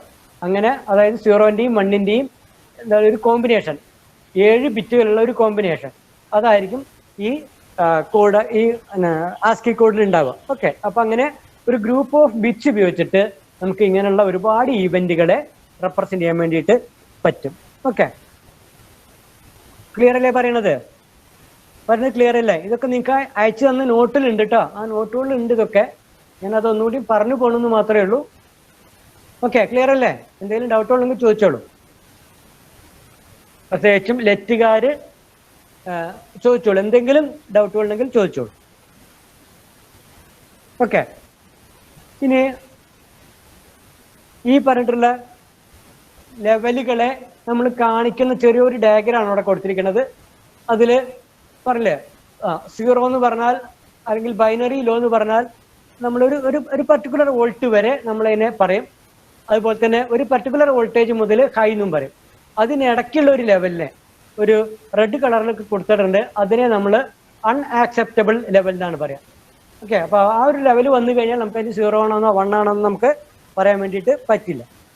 ഓക്കെ, എന്നിപ്പോൾ നമ്മളൊന്ന് ഞാൻ ജസ്റ്റ് ഒന്ന് ഒരു ഫിഗർ കാണിച്ചത് മാത്രമേ ഉള്ളൂ. അതുപോലെ പൾസിന് ആയിട്ട് നമുക്ക് റെപ്രസെന്റ് ചെയ്യാം. പൾസിൽ നമുക്കറിയാം, അതിന് ഈ പൾസിന് 4 സ്റ്റേറ്റുകളുണ്ട്. ഒന്ന് ലോ ലെവല്, വേറൊന്ന് ഹൈ ലെവല്, വേറൊന്ന് റൈസിങ് എഡ്ജ്, വേറൊന്ന് ഫോളിങ് എഡ്ജ്. അതിൽ എഴുതിയിട്ടുണ്ട്, ഒന്ന് നോക്കുക. ലോ ലെവൽ എന്ന് പറഞ്ഞാൽ 0-ന്റെ ലെവലിലൊക്കെ നിൽക്കുന്നതിനാണ് ലോ ലെവൽ എന്ന് പറയാം. 0-ന് ആയിക്കൊള്ളണമെന്നൊന്നുമില്ല കേട്ടോ. ഇപ്പൊ 2 വോൾട്ടും 6 വോൾട്ടാണെന്ന് എഴുതുക. ഇപ്പൊ 2 വോൾട്ടുള്ളവരെ നമ്മൾ ലോ ലെവൽ എന്ന് പറയും, 6 വോൾട്ടുള്ളവരെ നമ്മൾ ഹൈ ലെവൽ എന്നും പറയാം. തിരിച്ചും പറയാം കേട്ടോ, നെഗറ്റീവ് ലോജിക്കില് 6 വോൾട്ടുള്ളതിനെ ലോ ലെവൽ എന്ന് പറയാം, 2 വോൾട്ടുള്ളതിനെ ഹൈ ലെവൽ എന്നും പറയാം. അതിന് നെഗറ്റീവ് ലോജിക്ക്. ഇനി മുതൽ അങ്ങോട്ട് എന്തേ പറയുന്നുള്ളൂ, ഇനി മുതൽ അങ്ങോട്ട് നമ്മൾ പോസിറ്റീവ് ലോജിക്ക് മാത്രമേ പറയുന്നുള്ളൂ കേട്ടോ. നെഗറ്റീവ് ലോജിക്ക് പറയുന്നില്ല, പോസിറ്റീവ് ലോജിക്ക് മാത്രമേ പറയുന്നുള്ളൂ. അപ്പൊ നമുക്ക് ഇങ്ങനെ ഒരു പൾസ് ഉപയോഗിച്ചിട്ട് നമുക്ക് എന്ത് ചെയ്യാം, ഈ ബൈനറിയെ റെപ്രസെന്റ് ചെയ്യാം. ഒന്നുകിൽ ഈ ലോ ഹൈ എന്ന് പറഞ്ഞിട്ടുള്ള ലെവൽ ഉപയോഗിച്ച് നമുക്ക് ഇതിനെ റെപ്രസെന്റ് ചെയ്യാം, അല്ലെങ്കിൽ ഫോളിങ് എഡ്ജ് അല്ലെങ്കിൽ റൈസിങ് എഡ്ജ് ഉപയോഗിച്ച് നമുക്ക് എന്ത് ചെയ്യാം, നമുക്കതിനെ റെപ്രസെന്റ് ചെയ്യാൻ വേണ്ടിയിട്ട് പറ്റും. ഓക്കെ, ഇനി ഈ നമ്പർ സിസ്റ്റം എങ്ങനെയാണ് റെപ്രസെന്റ് ചെയ്യുന്നതാണ് കാണിച്ചിരിക്കുന്നത്. നമ്മൾ നേരത്തെ ഡെസിമൽ എഴുതി അതേപോലെ തന്നെ ഇതിന്റെ താഴെ നോക്കൂ, 2^0, 2^1, 2^2 അല്ലെ, അങ്ങനെയാണ് കൊടുത്തിരിക്കുന്നത്. അങ്ങനെ 2-ന്റെ പവർ ആയിട്ടാണ് കൊടുത്തിരിക്കുന്നത്. അപ്പൊ നിങ്ങൾ 4 ബിറ്റുള്ള ഒരു നമ്പർ ആണെങ്കിൽ, 1011 ഉള്ള ഒരു നമ്പർ ആണെങ്കിൽ അതിൽ ഏറ്റവും അവസാനത്തെ നമ്പറിനെ നമ്മൾ ഒറ്റയുടെ പ്ലേസിലാണ് പറയാ. രണ്ടാമത്തെ പ്ലേസ് പറഞ്ഞാൽ 2^1ന്റെ പ്ലേസ് ആണ്. അതിന്റെ അടുത്ത പ്ലേസ് 2^2ന്റെ പ്ലേസ് ആണ്. അങ്ങനെ പോയി മുകളിലേക്ക് വരുമ്പോൾ കൂടി ഇരിക്കും. ഓക്കെ, അതാണ് ഇവിടെ കാണിച്ചിരിക്കുന്നത്. അതുപോലെ ഡെസിമൽ പോയിന്റ് അല്ലെങ്കിൽ പോയിന്റിന് ശേഷം അപ്പുറത്തുള്ളതും അങ്ങനെ തന്നെ ഉണ്ടാവുക. ഡെസിമൽ പോയിന്റ് പറയാൻ പറ്റില്ല, ഫ്രാക്ഷണൽ പാർട്ട് എന്ന് പറയാം. ഡെസിമൽ എന്ന് പറയുമ്പോൾ മറ്റേ ഇതിലാണ് പറയുള്ളൂ. അപ്പോൾ ഫ്രാക്ഷണൽ പാർട്ട് ആണെങ്കിൽ 2^-1, 2^-2 അങ്ങനെയാണ് കാണിക്കുക. ഇനി ഈ നമ്പറെ നമ്മൾ എങ്ങനെയാണ് റെപ്രസെന്റ് ചെയ്യുന്നത്, നമ്മൾ ആദ്യം 0 എന്ന് എഴുതും, പിന്നെ 1 എഴുതും, പിന്നെ അടുത്ത നമ്പർ ഏതായിരിക്കും? 0യും 1ഉം കഴിഞ്ഞാൽ പിന്നെ നമുക്ക് സിമ്പിൾ ഉണ്ടോ? ഡെസിമൽ ആണെങ്കിൽ നമുക്ക് 2 എന്ന് എഴുതായിരുന്നു സിമ്പിൾ. പക്ഷെ ഇവിടെ അങ്ങനെ നമ്പർ ഉണ്ടോ? വേറെ സിമ്പിൾ ഉണ്ടോ? വേറെ സിമ്പിൾ ഇല്ല. അപ്പൊ നമുക്ക് എന്ത് ചെയ്യാൻ പറ്റുള്ളൂ? ഇതിന്റെ കോമ്പിനേഷൻ എഴുതാനേ പറ്റുള്ളൂ. അപ്പൊ അടുത്ത കോമ്പിനേഷൻ ഏതായിരിക്കും? 1 0. അടുത്ത കോമ്പിനേഷനോ 1 1. 1 1 കഴിഞ്ഞാൽ 1 1 കഴിഞ്ഞാൽ പിന്നെ നമുക്ക് എഴുതാൻ പറ്റുമോ? പിന്നെ എഴുതാൻ പറ്റില്ല. അപ്പൊ നമ്മൾ എന്ത് ചെയ്യേണ്ടി വരും? അപ്പൊ നമ്മൾ വീണ്ടും ഇതിന്റെ കോമ്പിനേഷൻ എടുക്കേണ്ടി വരും.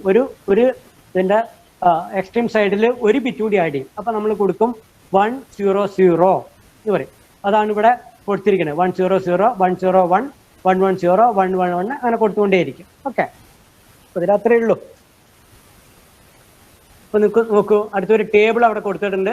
അപ്പൊ അതില് ഡെസിമൽ നമ്പറും അതുപോലെ തന്നെ എന്താണ് അതിന് ഇക്വലന്റ് ആയിട്ടുള്ള ബൈനറി നമ്പറും കൊടുത്തിട്ടുണ്ട് 15 വരെ ഉള്ളത് അല്ലെ. ഇത്രയും ഈ കാര്യം നിങ്ങളൊന്ന് തറോ ആക്കിയിരിക്കണം കേട്ടോ എല്ലാവരും. ഈ നമ്പർ, ഈ ഓരോ ഡെസിമൽ നമ്പറിനും ഈ ഏതാണ്ട് 15 വരെയുള്ള 0 മുതൽ 15 വരെയുള്ള ഡെസിമൽ നമ്പറിനും വരെയുള്ള ഇക്വലന്റ് ആയിട്ടുള്ള ബൈനറി നമ്പറെങ്കിലും നിങ്ങളൊന്ന് തറോ ആക്കി മാറ്റണം. ഓക്കെ, അത് മനസ്സിലാക്കാൻ എളുപ്പമൊന്നുമില്ല. എളുപ്പം എന്ന് പറഞ്ഞാൽ നോക്കൂ, ഇതിന് ഏറ്റവും ആദ്യത്തെ സ്ഥലം 0ന്റെ പ്ലേസ് ആണ് അല്ലെ. 0 ഏറ്റവും ആദ്യത്തെ പ്ലേസ് 0 എന്നുള്ളതാണ് ആദ്യത്തത് അല്ലെ. അടുത്തത് നമ്മൾ ഏറ്റവും റൈറ്റിലുള്ളത് ബൈനറി നമ്പർ എന്ന രീതിയിൽ ഏറ്റവും റൈറ്റിലുള്ളത് നമ്മൾ ചെക്ക് ചെയ്ത് നോക്കാം. ഇപ്പൊ 0 1 0 1 0 1 ആ എഴുതി പോയിട്ടുണ്ടപ്പോ ആ ഒരു കോളത്തില് അല്ലെ. നോക്കൂ, 0 1 0 1 0 1 എന്നല്ല എഴുതി പോയിരിക്കുന്നത്. അതിന്റെ തൊട്ട് അടുത്ത കോളം നോക്കൂ. അടുത്ത കോളം 2 0 2 1 2 0 2 1 2 0 2 1 അങ്ങനെയും കൊടുത്തിട്ടുണ്ടാവാം അല്ലെ. അങ്ങനെ ഒരു 16 എണ്ണം എഴുതാം. അടുത്ത കോളം നോക്കൂ, 4 0 4 1 4 0 4 1. ഓക്കെ, അതിന്റെ അടുത്ത കോളം നോക്കൂ, 8 0 8 1. അപ്പൊ ഇത് എഴുതാൻ വളരെ എളുപ്പമാണ് അല്ലെ, വളരെ എളുപ്പമല്ലേ. ഇനി നമ്മളത് എങ്ങനെ എഴുതിക്കണം എന്ന് നോക്കാം. 0 0 0 0 0 0 1 0 0 1 0 0 0 1 1 0 1 0 0 0 1 0 1 അങ്ങനെ 1 1 1 1. ഇനി 16 എന്നുള്ള ഡെസിമൽ നമ്പറിനെ റെപ്രസെന്റ് ചെയ്യാൻ നമുക്ക് ഈ 4 ബിറ്റ് കൊണ്ട് മതിയാവില്ല. We have to use 1 more bit. അപ്പൊ നമ്മൾ എന്തായിരിക്കും എഴുതേണ്ടി വരിക? 1 0 0 0 0 1 4 0. ഓക്കെ, ഇനി അടുത്തത് നമ്മൾ പറയാൻ പോകുന്നത് ഈ ബിറ്റുകൾക്കൊക്കെ നമ്മൾ ഓരോ പേര് പറഞ്ഞിട്ട് ഇടും. നമ്മൾ പറഞ്ഞു ഒരു ബൈനറി ഡിജിറ്റ് നമ്മൾ എന്ത് പറയും? ഒരു ബിറ്റ് എന്ന് പറയും. ഒരു 5 ബിറ്റ് ആണ് എന്ന് പറഞ്ഞാൽ നമുക്ക് എന്ത് മനസ്സിലാവും വേഗം? അതില് 5 സീറോകളോ അല്ലെങ്കിൽ 0ന്റെയും 1ന്റെയും ഒരു കോമ്പിനേഷൻ, അങ്ങനെയുള്ള 5 എണ്ണം ഉണ്ടാവും അതിലെന്ന് പറയാം, മനസ്സിലാക്കും അല്ലെ. അതിൽ ഓരോന്നിനും നമ്മൾ എന്ത് പറയും? ബിറ്റ് എന്ന് പറയും, ബൈനറി ഡിജിറ്റ് എന്ന് പറയും.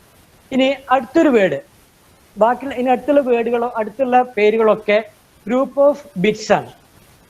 ബിറ്റുകളുടെ കൂട്ടത്തിനെയാണ് ഇതൊക്കെ പറയുന്നത്. നിബിൾ എന്ന് പറയും അടുത്തൊന്നിന്. ഓക്കെ, നിബിൾ എന്ന് പറഞ്ഞാൽ ഗ്രൂപ്പ് ഓഫ് 4 ബിറ്റ്സ് ആണ്. 4 ബിറ്റുകളുടെ ഒരു കൂട്ടത്തിനെയാണ് എന്ത് പറയുന്നത്? നിബിൾ എന്ന് പറയുന്നത്. ക്ലിയർ? 4 ബിറ്റുകളുടെ ഒരു കൂട്ടത്തിനാണ് നിബിൾ എന്ന് പറയുന്നത്. അടുത്തൊരു വേർഡ് നിങ്ങൾക്ക് നന്നായിട്ട് അറിയുണ്ടാവും, ബൈറ്റ് അല്ലെ. ബൈറ്റ് പറഞ്ഞാൽ എന്താണ്? ബൈറ്റ് എന്ന് പറഞ്ഞാൽ ഗ്രൂപ്പ് ഓഫ് 8 ബിറ്റ്സ്. 8 ബിറ്റുകളുടെ ഒരു ഗ്രൂപ്പിനെയാണ് നമ്മൾ എന്ത് പറയണത്? ബൈറ്റ് എന്ന് പറയണത് അല്ലെ. 8 ബിറ്റുകളുടെ ഒരു ഗ്രൂപ്പിനെ നമ്മൾ എന്ത് പറയണത്? ബൈറ്റ് എന്ന് പറയുന്നത്. ബൈറ്റ് നമ്മൾ സാധാരണ എല്ലാ കമ്പ്യൂട്ടറിന്റെ ആപ്ലിക്കേഷൻ ബൈറ്റ് എന്നുള്ളൊരു വേർഡ് കൊണ്ടാണ് നമ്മൾ പറയാറ്. ഓക്കെ, അതാണ് നമ്മൾ സാധാരണ പറയാറ്. ഇനി അതുപോലെ തന്നെ ചിലപ്പോൾ പറയും വേർഡ് എന്ന് പറയും എടുത്തിട്ട്. അതൊരു ഗ്രൂപ്പ് ഓഫ് ബൈറ്റ്സ് മാത്രമേ ഉള്ളൂ. അത് ചിലപ്പോൾ 1 ബൈറ്റ് ആവാം, 2 ബൈറ്റ് ആവാം. പൊതുവെ നമ്മൾ വേർഡ് എന്ന് പറഞ്ഞാൽ ഒരു പെർട്ടിക്കുലർ ഓപ്പറേഷന് വേണ്ട നമ്പർ ഓഫ് ബിറ്റ്സ് ആണ്. ഒരു പെർട്ടിക്കുലർ ഓപ്പറേഷൻ വേണ്ടി ഇപ്പൊ നിങ്ങൾ ആഡ് ചെയ്യാൻ വേണ്ടിയിട്ടാണെങ്കിൽ ആഡ് എന്ന് പറഞ്ഞത് ഒരു ഓപ്പറേഷൻ ആണ്. അതുപോലെ ഉള്ള എന്താവാം അങ്ങനെയുള്ള ഏതെങ്കിലും ഒരു ഓപ്പറേഷന് വേണ്ടിയിട്ടുള്ള നമ്പർ ഓഫ് ബിറ്റ്സിനെയാണ് നമ്മളൊരു വേർഡ് എന്ന് പറയുന്നത്. അത് മോർ ദാൻ 1 ബൈറ്റ് ആയിരിക്കും. 1 ബൈറ്റിൽ അധികം ഉണ്ടെങ്കിലേ നമ്മൾ എന്ത് പറയുള്ളൂ? അതിനെ വേർഡ് എന്ന് പറയുള്ളൂ. ഇപ്പൊ 8 ബിറ്റ് ഉണ്ടെങ്കിൽ നമുക്ക് എന്തേ പറയണ്ടു? അത് 1 ബൈറ്റ് എന്ന് പറയാം അല്ലെ. പക്ഷെ ചിലപ്പോൾ നമ്മൾ കമ്പ്യൂട്ടറിന്റെ ഒക്കെ ഭാഷയിൽ നമ്മൾ അതിനെ 8 ബിറ്റിനെയും ഒരു വേർഡ് എന്ന് പറയും. കാരണം കമ്പ്യൂട്ടറിലൊക്കെ 8 ബിറ്റോ 16 ബിറ്റോ 32 ബിറ്റോ 64 ബിറ്റോ ഒക്കെ ഉണ്ടാവും. അപ്പൊ നമ്മൾ അതിന് എന്ത് പറയും? അതിന്റെ വേർഡ് സൈസ് ഇത്രയാണെന്ന് പറയും. ഓക്കെ, അപ്പൊ കമ്പ്യൂട്ടർ ഉപയോഗിക്കുന്ന ഒരു ജനറൽ ടേം ആണ് വേർഡ് എന്ന് പറഞ്ഞാൽ. വേർഡ് എന്ന് പറഞ്ഞാൽ ഇത്ര ബിറ്റ് നമുക്ക് കൃത്യമായിട്ട് പറയാൻ പറ്റില്ല. ബാക്കിയുള്ളതൊക്കെ നമുക്ക് എന്ത് പറയാം? കൃത്യമായിട്ടുള്ള ബിറ്റ് എന്ന് പറയാം, എത്ര ബിറ്റാണെന്ന് പറയാം. ഓക്കെ, പക്ഷെ ഇവിടെ നമ്മൾ പറയുന്നത് ഒരു പർട്ടിക്കുലർ ഓപ്പറേഷന് വേണ്ട ഫുൾ എന്താണ് ബിറ്റ്സിനെയാണ് നമ്മളൊരു വേർഡ് എന്ന് പറയുന്നത്. പൊതുവെ നമ്മൾ നോക്കിയാൽ അറിയാം, ഇപ്പൊ നമ്മൾ കമ്പ്യൂട്ടറൊക്കെ പറയുമ്പോൾ എത്ര ബിറ്റിന്റെ കമ്പ്യൂട്ടറാന്ന് ചോദിക്കും. അപ്പം നമ്മൾ പറയും, ചില ആൾക്കാർ പറയും 32 ബിറ്റിന്റെ പറയും, ചില ആൾക്കാർ 64 ബിറ്റിന്റെ എന്നൊക്കെ പറയും. പക്ഷെ ചില ആൾക്കാർ അങ്ങനെയല്ല പറയാ, അതിന്റെ വേർഡ് സൈസ് എത്ര ചോദിക്കും, അതിന്റെ വേർഡ് സൈസ് എത്ര ചോദിക്കും. അപ്പൊ നമ്മൾ എന്ത് പറയും, എത്ര ബിറ്റ് എന്നുള്ളതിന് പറയാൻ എത്ര വേർഡ് സൈസ് എത്ര ചോദിക്കും, പറയാം 64 ബിറ്റ് എന്ന് പറയും, അല്ലെങ്കിൽ 32 ബിറ്റ് എന്ന് പറയും, അല്ലെങ്കിൽ 16 ബിറ്റ് എന്ന് പറയും. അപ്പൊ അവിടെ നമുക്ക് ഇത്ര ബിറ്റ് എന്നുള്ളതില്ല, അവിടെ അതിന്റെ ഓപ്പറേഷൻ, അവിടെ ഒരു 64 ബിറ്റിന്റെ കമ്പ്യൂട്ടർ എന്ന് പറഞ്ഞാൽ എന്താണ് അർത്ഥം, അല്ലെങ്കിൽ അതിന്റെ വേർഡ് സൈസ് 64 എന്ന് പറഞ്ഞാൽ അതിന്റെ മീനിങ് എന്താണ്, 64 ബിറ്റുകളെ വരെ നമുക്ക് ആ ഒരു കമ്പ്യൂട്ടറിൽ പ്രോസസ് ചെയ്യാൻ പറ്റുന്നതാണ് അതിന്റെ മീനിങ്. ഓക്കെ, അപ്പൊ നമ്മളവിടെ പൊതുവെ എന്താണ് പറയുക, അവിടെ സൈസ് ആണ് നമ്മളവിടെ പറയുന്നത്. ഓക്കെ, ഇത് ക്ലിയർ അല്ലേ? അപ്പൊ ഈ വേർഡുകളൊക്കെ ഒന്ന് ഓർത്ത് വെച്ചോളൂ, bit, nibble, byte, word. Okay, clear അല്ലേ? ക്ലിയർ അല്ലേ? ഹലോ, ക്ലിയർ അല്ലേ? ശരി. ഇനി അടുത്തൊരു നമ്പർ സിസ്റ്റം നമുക്ക് അധികം പഠിക്കാനൊന്നുമില്ല, എന്നാലും ഞാൻ ജസ്റ്റ് പേരൊന്ന് പറഞ്ഞു പോകുന്നത് മാത്രമേ ഉള്ളൂ. ഒക്ടൽ നമ്പർ സിസ്റ്റം എന്നാണ് അതിനടുത്തേന് പറയുക. അതിൽ വേറെ ഒന്നുമില്ല, നമുക്ക് പഠിക്കാനൊന്നും പറഞ്ഞിട്ടില്ല, എന്നാലും നമ്മൾ പൊതുവെ ഡിജിറ്റൽ ഉപയോഗിക്കുന്ന ഒരു നമ്പർ സിസ്റ്റമാണ് ഒക്ടൽ എന്ന് പറഞ്ഞാൽ. ഒക്ടൽ എന്ന് പറഞ്ഞാൽ ബേസ് 8 ആയിട്ടുള്ളതാണ് ഒക്ടൽ നമ്പർ സിസ്റ്റം അല്ലെ. ഒക്ടൽ എന്ന് പറഞ്ഞാൽ 8 എന്നാണ് അതിന്റെ അർത്ഥം. ഒക്ടൽ എന്ന് പറഞ്ഞാൽ 8 എന്നാണ്. അപ്പോൾ ബേസ് 8 ആണെങ്കിൽ അതിന് പറയുന്ന പേരാണ് ഒക്ടൽ നമ്പർ സിസ്റ്റം. ബേസ് 8 ആണെങ്കിൽ നമ്മൾ എന്താ പറഞ്ഞത്, അതിന്റെ മീനിങ് എന്താണ്? ബേസ് 8 ആണെങ്കിൽ അതിന്റെ മീനിങ് എന്താണ്? It is having 8 symbols to represent that number system അല്ലെ. 8 സിമ്പലുകളാണ് നമുക്ക് ആ നമ്പർ സിസ്റ്റത്തിനെ റെപ്രസെന്റ് ചെയ്യാൻ വേണ്ടിയിട്ട് ഉള്ളത്. അത് ഏതൊക്കെയാണ്? 0 മുതൽ, നമ്മൾ ഡെസിമലിൽ ഉപയോഗിക്കുന്ന 0 മുതൽ 7 വരെയുള്ള നമ്പർ അല്ലെങ്കിൽ സിമ്പലുകളാണ് നമ്മളവിടെ ഉപയോഗിക്കുന്നത്. അപ്പൊ നമ്മളിതിൽ 8 എങ്ങനെയാണ് നമ്മൾ റെപ്രസെന്റ് ചെയ്യുക? ഈ ഒക്ടൽ നമ്പർ സിസ്റ്റത്തിൽ 8 എന്നുള്ള റെപ്രസെന്റ് ചെയ്യണമെങ്കിൽ എന്ത് എഴുതണം? 1 0 എന്ന് എഴുതണം അല്ലേ. അപ്പോ ഡെസിമലിലത്തെ 1 0 അല്ല, ഒക്ടലിലത്തെ 1 0. അപ്പൊ നമ്മള് ഇപ്പൊ നിങ്ങൾക്ക് ഒരു 2 2 എന്ന് എഴുതിയിട്ടുണ്ട്. 2 2 എന്നുള്ളത് ഏതാവാം? ഒക്ടലാവാം, ഡെസിമലും ആവാം അല്ലെ. രണ്ടിനും ഉപയോഗിക്കണതല്ലേ 2 2 എന്നുള്ളത്. ഡെസിമലും ആവാം, ഒക്ടലും ആവാം. അപ്പൊ നമ്മളിത് എങ്ങനെ തിരിച്ചറിയാം? അപ്പൊ നമ്മൾ എന്ത് ചെയ്യും? 2 2 എന്നുള്ളതിന്റെ താഴെ ഒരു 8 എന്ന് എഴുതും. നമ്മൾ അതിന്റെ ബേസ് എത്രയുള്ള കാര്യം അവിടെ എഴുതും. പിന്നെ ഡെസിമലിൽ നമ്മൾ അങ്ങനെ എഴുതാറില്ല. എന്തുകൊണ്ടാണ് എഴുതാത്തതെന്ന് വെച്ചാൽ അതൊരു യൂണിവേഴ്സലി അഡോപ്റ്റഡ് സിസ്റ്റം ആയതുകൊണ്ടാണ്. ആക്ച്വലി ശരിക്കും അത് എഴുതേണ്ടതാണ്. നമ്മൾ കറക്റ്റായിട്ട് റെപ്രസെന്റ് ചെയ്യുകയാണെങ്കിൽ അത് എഴുതണം. പക്ഷെ നമ്മളിവിടെ യൂണിവേഴ്സൽ ആയിട്ട് ആക്സെപ്റ്റ് ചെയ്തിട്ടുള്ള ഒരു സിസ്റ്റം ആയതുകൊണ്ട് നമ്മൾ അത് എന്ത് ചെയ്യേണ്ട കാര്യമില്ല, അത് എഴുതണ്ട. ഒന്നും എഴുതിയില്ലെങ്കിൽ നമ്മൾ അത് ഡെസിമൽ എന്നുള്ള കാര്യമാണ് മനസ്സിലാക്കുക. അതേസമയം 2 2 എന്ന് എഴുതിയിട്ട് അത് ഒക്ടൽ നമ്പർ സിസ്റ്റം ആണെങ്കിൽ നമ്മൾ അതിന് താഴെ എന്ത് എഴുതണം? 8 എന്ന് എഴുതണം. ഇല്ലെങ്കിൽ ഡെസിമൽ 22 ആണെന്ന് മാത്രമേ നമുക്ക് അതിനെ കരുതുള്ളൂ. ഓക്കെ, അപ്പൊ ഇതിൽ നേരത്തെ പറഞ്ഞ അതേ കാര്യങ്ങളൊക്കെ തന്നെ ഉള്ളത്. നമുക്ക് പറയാനുള്ളത് 8 to the power of 0, 8 to the power of 1 അങ്ങനെയൊക്കെ ആയിരിക്കും ഇതിന്റെ പവർ വരിക. അതിന്റെ ഫ്രാക്ഷണൽ പാർട്ട് വരിക -1 -2 -3 എന്നാണ് വരിക. ഇതിൽ അത്രേ ഉള്ളൂ.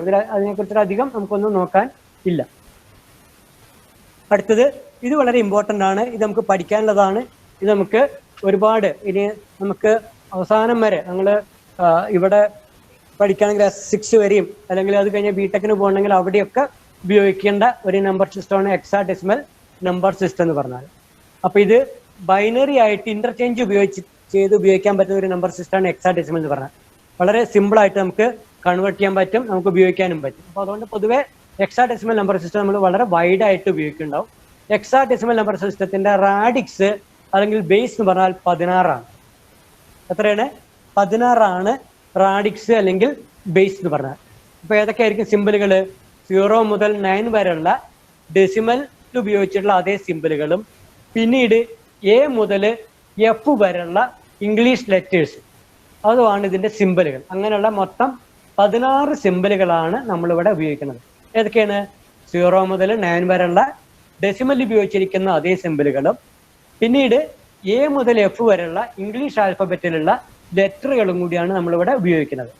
ഓക്കെ, അപ്പൊ അതൊരു നമുക്ക് പറയാം ആൽഫ ന്യൂമറിക് എന്നൊക്കെ പറയാൻ വേണമെങ്കിൽ അല്ലെ. ആൽഫാബെറ്റ്സ് ഉപയോഗിക്കുന്നുണ്ട്, അതുപോലെ തന്നെ ന്യൂമറിക് നമ്പറുകൾ നമ്മളവിടെ ഉപയോഗിക്കുന്നുണ്ട്. നമുക്ക് വേണമെങ്കിൽ പറയാം, പക്ഷേ അതല്ല, നമ്മളതിനെ എന്താണ് ഇതൊരു നമ്പർ സിസ്റ്റം ആയിട്ടാണ് നമ്മളിവിടെ പറയുന്നത്. ഓക്കെ, അപ്പൊ ഇതിന്റെ ബേസ് എത്രയാണ്? ഇതിന്റെ ബേസ് ഇവിടെ 16 അല്ലെ? അപ്പൊ ഇതിന്റെ നമ്മളിതിന് ഇക്വലന്റ് ആയിട്ടുള്ള ഡെസിമൽ വാല്യൂ കണക്കാക്കേണ്ടത് എങ്ങനെ? നമ്മൾ നേരത്തെ പറഞ്ഞ പോലെ 0, 1, 2, 3 അല്ലെ? 16 to the power of 0, 16 to the power of 1, 16 to the power of 2, 16 to the power of 3 അങ്ങനെ പോവാം. അതുപോലെ റൈറ്റിലേക്ക് എന്ത് എഴുതാം? 16 to the power of -1, 16 to the power of -2 അങ്ങനെ എഴുതി പോവാം. അതുപോലെ തന്നെ ഇതിന്റെ ഡെസിമൽ ഇക്വലന്റ് കാണുമ്പോൾ നമ്മൾ ABCD എന്നൊക്കെ എഴുതുമ്പോൾ അതിന് ഇക്വലന്റ് ആയിട്ടുള്ള ഡെസിമൽ വാല്യൂ നമ്മൾ അവിടെ എഴുതണം. അപ്പൊ ഏത് എഴുതി കഴിഞ്ഞാൽ നമുക്ക് ഉടനെ മനസ്സിലാവണം അതിന് ഇക്വലന്റ് ആയിട്ടുള്ള ഡെസിമൽ വാല്യൂ 11 അല്ല 10 എന്നുള്ള കാര്യം നമുക്ക് അവിടെ മനസ്സിലാക്കണം. അതുപോലെ F എന്ന് എഴുതി കഴിഞ്ഞാൽ നമുക്ക് മനസ്സിലാക്കണം അതിന് ഇക്വലന്റ് ആയിട്ടുള്ള ഡെസിമൽ വാല്യൂ 15 എന്നുള്ള കാര്യം നമുക്ക് അവിടെ കൃത്യമായിട്ട് അറിഞ്ഞിരിക്കണം. Okay, clear? ഒന്ന് ക്ലിയർ ആയില്ലേ? അപ്പൊ ഇത് ഉപയോഗിച്ചിട്ട് എന്താണ് ഹെക്സാഡെസിമൽ നമ്പർ സിസ്റ്റത്തിന്റെ അഡ്വാൻറ്റേജ് എന്ന് വെച്ച് കഴിഞ്ഞാൽ ബൈനറി നമ്പർ സിസ്റ്റത്തിനെ വളരെ കണ്ടൻസ്ഡ് ആയിട്ടുള്ള അല്ലെങ്കിൽ വളരെ ചുരുക്കിയിട്ട് നമുക്ക് എഴുതാൻ വേണ്ടി പറ്റും. ഇതിനെ ബൈനറിയിലേക്കും അതുപോലെ തന്നെ ബൈനറിയിൽ നിന്ന് എക്സിനും കൺവേർട്ട് ചെയ്യാൻ വളരെ എളുപ്പമാണ്. നമ്മൾ നേരത്തെ പറഞ്ഞില്ലേ 0 മുതൽ 15 വരെയുള്ള 0 മുതൽ 15 വരെയുള്ള എന്താണ് നമുക്ക് അറിയേണ്ട കാര്യമുള്ളൂ? 0 മുതൽ 15 വരെയുള്ള നമ്പറുകളുടെ ഇക്വലന്റ് ആയിട്ടുള്ള ബൈനറി മാത്രം നമ്മൾ അറിഞ്ഞിരുന്നാൽ മതി. എത്ര വലിയ നമ്പറിന് നമുക്ക് അവിടെ ഇത് ഉപയോഗിച്ചിട്ട് റെപ്രസെന്റ് ചെയ്യാം. അതാണ് അതിന്റെ താഴത്ത് കൊടുത്തിരിക്കുന്നത്. നോക്കൂ, 64K, അതായത് 65,536 നമ്മൾ എന്ത് പറയുന്നത്? 64K എന്ന് പറയുന്നത് ബൈനറിയിലെ. ഓക്കെ, അതിന് ഡെസിമൽ ഇക്വലന്റ് ആണ് 65,536 എന്നുള്ളത്. പക്ഷെ അതിനെ നമ്മൾ ബൈനറിയിൽ കൺവേർട്ട് ചെയ്യുമ്പോഴും നോക്കൂ എത്ര 1 ഉണ്ട്. നോക്കൂ അവിടെ എത്ര 1 ഉണ്ട്? 16 1 ഉണ്ട് അല്ലെ? 16 1 ഉണ്ട്. പക്ഷെ നമ്മൾ അതിനെന്ത് ചെയ്യും? അതിനെ നമ്മൾ എക്സിലേക്ക് കൺവേർട്ട് ചെയ്യുമ്പോൾ വളരെ എളുപ്പമാണ്. 4F എന്നാണ്ട് എഴുതുകയുള്ളൂ. FF എന്ന് എഴുതും. അതായത് ഈ F എന്ന് പറഞ്ഞാൽ ആദ്യത്തെ 4 ബിറ്റിനെ ചേർത്തിട്ട് ഒരു ഗ്രൂപ്പാക്കും. നമ്മൾ ഏറ്റവും വാല്യൂ കുറഞ്ഞ സ്ഥലത്ത് നോക്കുക. ഏറ്റവും വാല്യൂ കുറഞ്ഞതിനെ നമ്മൾ LSB എന്ന് പറയും, ലീസ്റ്റ് സിഗ്നിഫിക്കന്റ് ബിറ്റ് എന്ന് പറയും. ഏറ്റവും വാല്യൂ കൂടിയതിനെ നമ്മൾ MSB എന്ന് പറയും, മോസ്റ്റ് സിഗ്നിഫിക്കന്റ് ബിറ്റ് എന്ന് പറയും. അപ്പൊ LSB എന്ന് തുടങ്ങുക, 4 ബിറ്റുകൾ ചേർത്തുള്ള ഒരു ഗ്രൂപ്പ് ആക്കുക. 4 ഗ്രൂപ്പും ഇങ്ങനെ ഒരു ഗ്രൂപ്പ് ആക്കാൻ നമുക്ക് എത്ര ഗ്രൂപ്പ് കിട്ടും? 4 ഗ്രൂപ്പ് കിട്ടും അല്ലെ? 4 1 4 ഗ്രൂപ്പ് കിട്ടും. MSBയിൽ ചിലപ്പോൾ 4 ബിറ്റ് ഉണ്ടായിക്കൊള്ളുന്നില്ല, ചിലപ്പോൾ 2 3 ഒക്കെ ഉണ്ടായിട്ടുള്ളൂ വരും. ഇവിടെ 4 ബിറ്റ് വരുന്നുണ്ട്. എത്രയായാലും കുഴപ്പമില്ല, MSBയിൽ എത്ര ബിറ്റ് ആയാലും കുഴപ്പമില്ല. അതിന് 4 ആക്കാൻ വേണ്ടി അതിന്റെ ഇടതുഭാഗത്ത് 0 അടിച്ച് ചേർക്കുക, അത്രേ വേണ്ടു. ഓക്കെ, എന്നിട്ട് ഇതിന് കറസ്പോണ്ടിങ് ആയിട്ടുള്ള ഈ ഓരോ ഗ്രൂപ്പിനും കറസ്പോണ്ടിങ് ആയിട്ടുള്ള എക്സ് നമ്പർ നമ്മളാണ്ട് എഴുതുക. എക്സ് നമ്പർ ഇവിടെ 1111 എന്ന് പറഞ്ഞാൽ F ആണ് അല്ലെ? അപ്പൊ നമുക്ക് ഇവിടെ എന്ത് എഴുതിയാൽ മതി? FF എന്ന് എഴുതി കഴിഞ്ഞാൽ 65,535 എഴുതിയതിന് ഈക്വലന്റ് ആയി. അല്ലെങ്കിൽ 1111 എന്ന് പറഞ്ഞാൽ 16 എഴുതിനേക്കാട്ടിലും ഈക്വലന്റ് ആയി. അപ്പൊ നമുക്ക് അതിനെ റെപ്രസെന്റ് ചെയ്യാൻ വേണ്ടി എന്തായി? വളരെ എളുപ്പമായിട്ട് റെപ്രസെന്റ് ചെയ്യാൻ വേണ്ടിയിട്ട് പറ്റും. ഓക്കെ, അപ്പൊ നമ്മളിനി ഞാൻ ഏതാണ്ട് നിർത്താൻ പോവാണ് ഇനി. അപ്പൊ നമ്മളിവിടെ ഡെസിമൽ നമ്പർ സിസ്റ്റം ഒന്നും നമ്മുടെ കമ്പ്യൂട്ടറൊന്നും ഉപയോഗിക്കാൻ വേണ്ടി പറ്റില്ല. കാരണം അതിന് ഒരുപാട് ലെവലുകൾ ഉണ്ട് അല്ലെ? അതൊക്കെ ഉപയോഗിക്കുമ്പോൾ അതിനൊക്കെ റെപ്രസെന്റ് ചെയ്യണം, അതിനൊക്കെ സ്റ്റോർ ചെയ്യാൻ ബുദ്ധിമുട്ടാണ്, ഇങ്ങനെയുള്ള ഒരുപാട് പ്രശ്നങ്ങളൊക്കെ ഉണ്ട്. അതുകൊണ്ട് പൊതുവെ നമ്മൾ എന്ത് ചെയ്യില്ല? ഡെസിമൽ നമ്പർ സിസ്റ്റം ഒന്നും ഉപയോഗിക്കില്ല. ബൈനറിയുടെ പോലെ തന്നെ ബൈനറിയും അതുപോലെ തന്നെ ബൈനറിയെ വളരെ ഒപ്പം തന്നെ ഉപയോഗിക്കാൻ പറ്റുന്ന ഒരു നമ്പർ സിസ്റ്റം ഹെക്സാഡെസിമലുമാണ്. ആക്ച്വലി ബൈനറി അല്ലെങ്കിൽ ഹൈ ലെവലും മാത്രമേ ഉപയോഗിക്കാൻ പറ്റൂ. പക്ഷെ നമുക്ക് റെപ്രസെന്റ് ചെയ്യാം, നമുക്കതിനെ എന്ത് ചെയ്യാം? കാണിക്കാം. എന്ത് ഉപയോഗിച്ചിട്ട്? ഹെക്സാഡെസിമൽ ഉപയോഗിച്ചിട്ട്. അപ്പൊ നമ്മൾ പൊതുവെ ഹെക്സാഡെസിമലോ അല്ലെങ്കിൽ ബൈനറി ഉപയോഗിച്ചിട്ടായിരിക്കും കമ്പ്യൂട്ടറിന്റെ ഉപയോഗിക്കുന്ന നമ്പറുകളൊക്കെ പറയുന്നത്. ഓക്കെ, അപ്പോൾ ഇവിടെ ഹെക്സാഡെസിമൽ നമ്പർ സിസ്റ്റത്തിനും അതുപോലെ തന്നെ അതിന് ഈക്വലന്റ് ആയിട്ടുള്ള ബൈനറി നമ്പർ സിസ്റ്റത്തിന് ഒരു ടേബിൾ അവിടെ കൊടുത്തിട്ടുണ്ട്. ഈ ടേബിൾ നമുക്കൊന്ന് തറോ ആവണം, എന്നാലേ നമുക്ക് അങ്ങോട്ടും ഇങ്ങോട്ടൊക്കെ കൺവേർട്ട് ചെയ്യാൻ വേണ്ടിയിട്ട് പറ്റുള്ളൂ. ഓക്കെ, അപ്പോൾ ഞാൻ തൽക്കാലം ഇന്നത്തെ ക്ലാസ് നിർത്തുകയാണ്. ഇനി അടുത്ത ക്ലാസ്സിൽ നമുക്ക് വേണ്ടത് കൺവേർഷനുകളാണ്. അത് ഞാൻ പെട്ടെന്ന് ജസ്റ്റ് ഓരോന്ന് കൺവേർട്ട് ചെയ്യുന്നത് എങ്ങനെയെന്ന് കാണിച്ചു തന്നിട്ട് അങ്ങോട്ട് പോവാം. അടുത്ത ക്ലാസ് മുതൽ നമ്മൾ തൽക്കാലം ഇവിടെ നിർത്തുകയാണ്. പോരെ? ഇത്രയും പോരെ? ഹലോ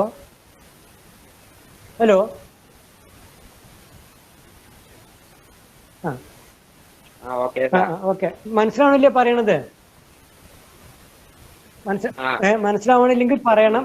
ഉച്ച സമയമാണ്, തീരെ നിങ്ങൾക്ക് പിടികിട്ടാണ്ടായി കഴിഞ്ഞാൽ നമുക്ക് അവിടെ നിർത്താം. ഓക്കെ, വല്ലാണ്ട് മനസ്സിലാവാത്ത കണ്ടീഷൻ വരാണെങ്കിൽ നമുക്ക് അവിടെ നിർത്താം. മനസ്സിലാവാതെ നമ്മൾ പോയിട്ട് കാര്യം ഉണ്ടാവില്ല. ഓക്കെ, അപ്പൊ ഇത്രയും എടുത്ത കാര്യങ്ങൾ, പറഞ്ഞ കാര്യങ്ങൾ നിങ്ങൾക്ക് മനസ്സിലായിട്ടുണ്ടാവുന്ന വിചാരിക്കണം. നമ്മളൊന്നും പറഞ്ഞിട്ടില്ല.